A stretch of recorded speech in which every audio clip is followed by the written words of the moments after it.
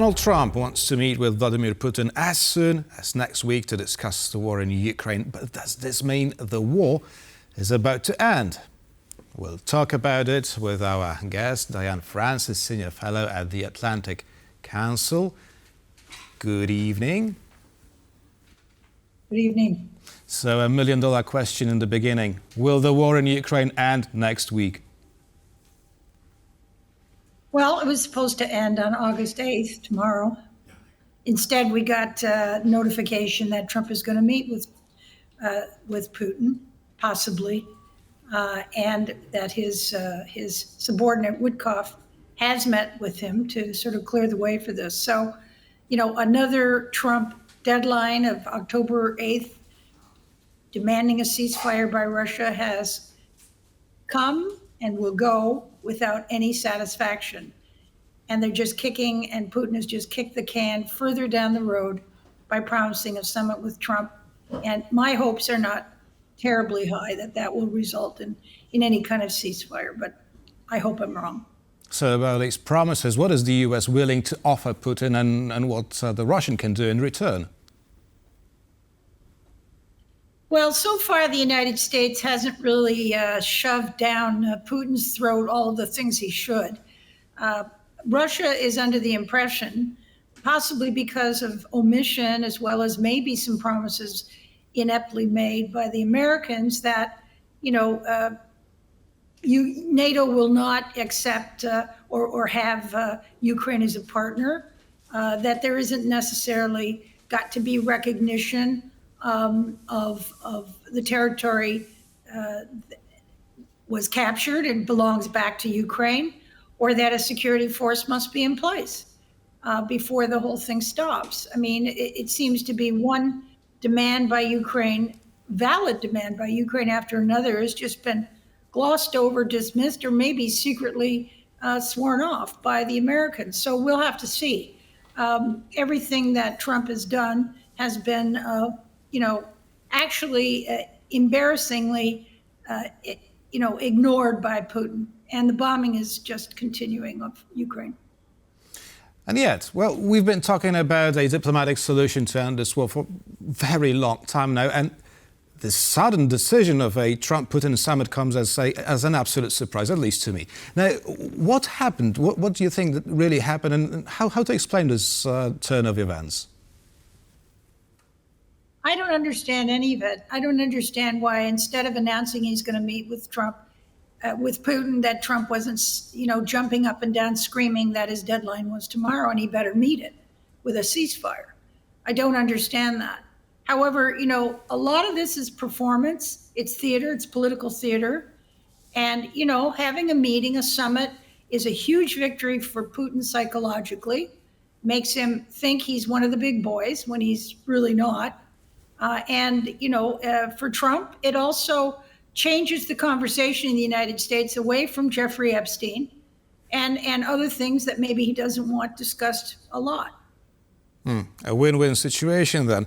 Well, last time we've talked, about a week ago, I asked you about the Polish Prime Minister's words, who said then that the war could end soon, and I also asked you whether he had some intel from the Oval Office, maybe. Well, you found that improbable then for obvious reasons, but maybe this whole negotiating process, in fact, is well coordinated with the Europeans. What do you think?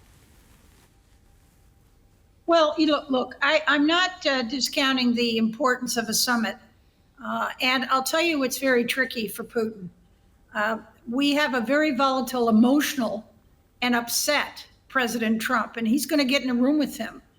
And, I think Trump is going to be pushed and pushed and pushed by his own Republican Party, as well as the West and Europe and Ukraine, to be tough about this. Enough of these ceasefire deadlines being ignored and the bombing and continuing of women and children.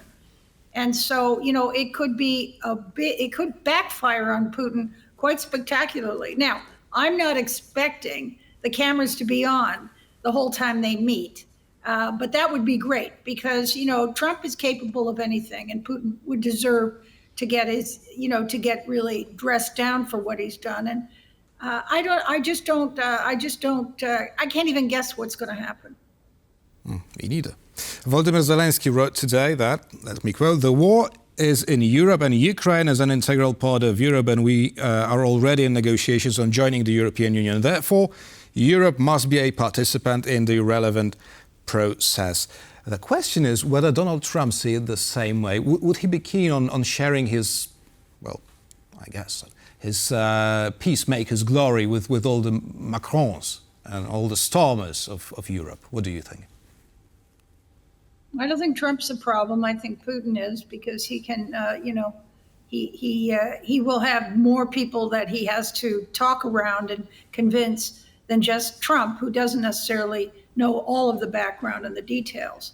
What I understand is that Trump read out his phone call and the promise, the pledge to meet in a summit to Zelensky.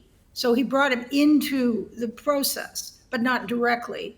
And I think additionally, the text was sent on to the European leaders. So he's not operating in isolation, but he is the advanced troops, shall we say, in whatever attack or deal is going to be talked about with Putin.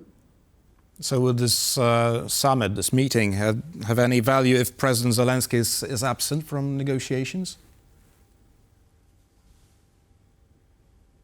Well, I don't think he's going to be invited to be there.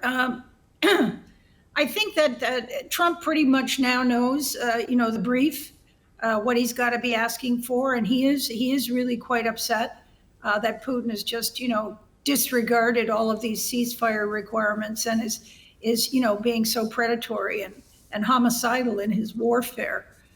So perhaps, and of course, the benefit already is being seen in the markets, as your previous reporter showed, and the markets are up slightly because it is a good sign, not a terrific sign, but it's a good sign that they're going to meet.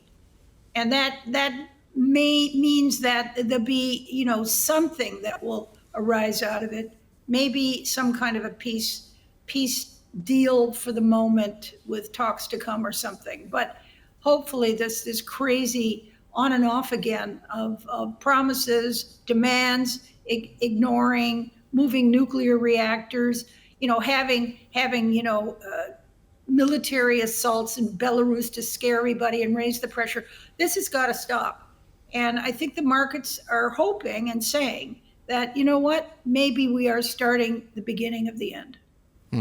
But you're very skeptical about this meeting next week. What would it mean for Donald Trump's public image if peace negotiations with the Russians lead nowhere this time as well? I think he's got to come back with something. I think if he's going to be meeting with him one-on-one and a press conference in front of cameras afterward, or not, doesn't matter. But he's going to have to come away with something. And the only thing that I think that he can easily get is Putin could promise ceasefire. He could promise a ceasefire for a certain duration, then break it down the road when everybody's forgotten he made the promise. I don't know. But, Trump has got to be, and certainly the people around him are extremely upset and impatient over all of this playing around that Putin has indulged in.